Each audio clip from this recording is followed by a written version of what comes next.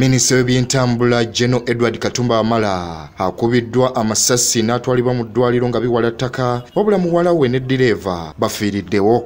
Obulumbaganyi buno bukoleddwa ku ssaawa 2 ez'okumakya wabadde ava mu maka ge ag'ekisaasi Kizota ng'agenda mu lumba olwa nnazaala we eyafa.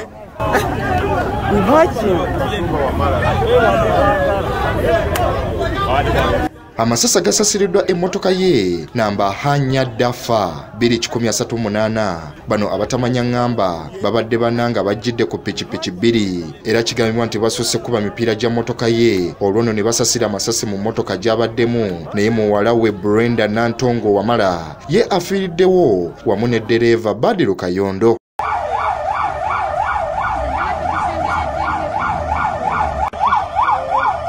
Wabula ye General Katumba Wamala amasasi gamukutte ku kibegabega bw'agudde ku mito gy'emmotoka okugebalama.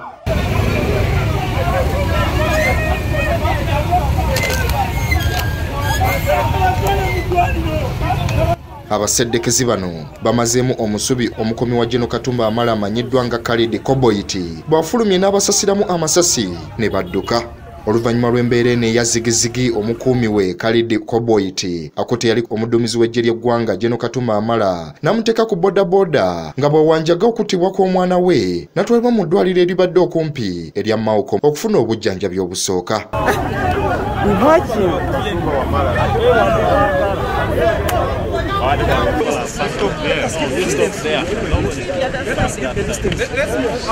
Naffe bwe tutuukidde ng'ebisosonkole by'amasasi n'omusaayi nga bye bitwaniriza.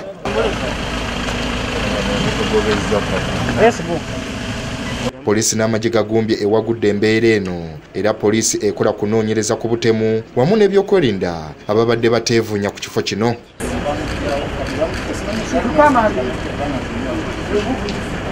Abantu beeyiye ewagudde enjega eno era ab'eŋŋanda za Katumba Wamala bakira bakaaba olw'omwana waabwe afiiridde mu bulumbaganyi buno.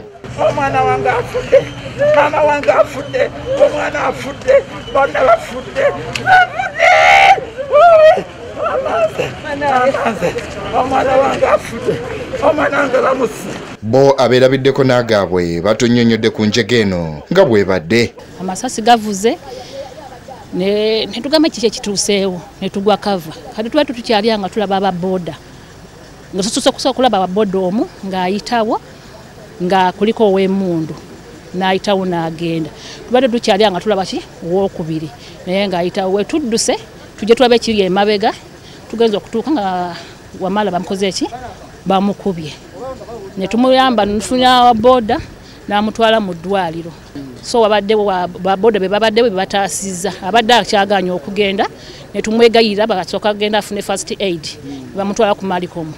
Abasajja babadde bana ku piki 2 nga kuliko babiri baviridde eno wa chairman waffe nga bali mu kujja bagoba General bamaze okuba emmotoka y'emipiira buli kimu n'ebiggwa ne badduka kuba amasasi gatuuse paka eno nga bali kumukuba. Abantu bavumiridde ku bulumbaganyi bukoleddwa ku General Katumba Wamala omufiiridde omwana we. Naye of course kyennyamiza okuba nti omuntu nga Katumba gwe tumanyi n'embeera ze n'ekikula kye n'emirimu gye okuba nti alumbibwa mu ngeri ng'eyo. So kyennyamiza era kibi nnyo. Kigambo kinene okusinziira ku mbeera eri mu ggwanga Mukama waffe President atunulira embeera eno n'amaanyi amangi kubanga ekigambo ekiri mu ggwanga mu mbeera efaanagana bw'eti olwabula balumbwa abantu abalina embeera efaanagana bw'eti olwo atalina busobozi nga. Anderson Herbert Burura RCC wa Nakawa akubiriza Bannayuganda okwekubiriza okuteeka kamera enkesi ku mayumba wamu n'ebizimbe byabwe okwongera okunyweza ku bukuumi kubanga gavumenti tesobola kukikola yokka. Tusaba abantu ba bulijjo bw'oba osobodde okuzimba ekizimbe teekako kamera. Tekiyamba onaatambula yekka naye naawe kikuyamba okumanya ani ayimiridde ku luggi lwo ani ayimiridde ku kikomera kyo. Singa abantu bano bonna abadde balina kamera kibadde kijja kutwanguyiza. Ate waliwo emmotoka y'ekika kya drone eya poliisi obweddayo eyoola abantu naddala abavubuka abateeberezebwa okubeera emabega g'ekikolwa kino mu kifo kino ng'abamu ng'obwedda bakwatibwa olw'okwogera ebyanjwanjwa era bano bayooleddwa ne batwalibwa.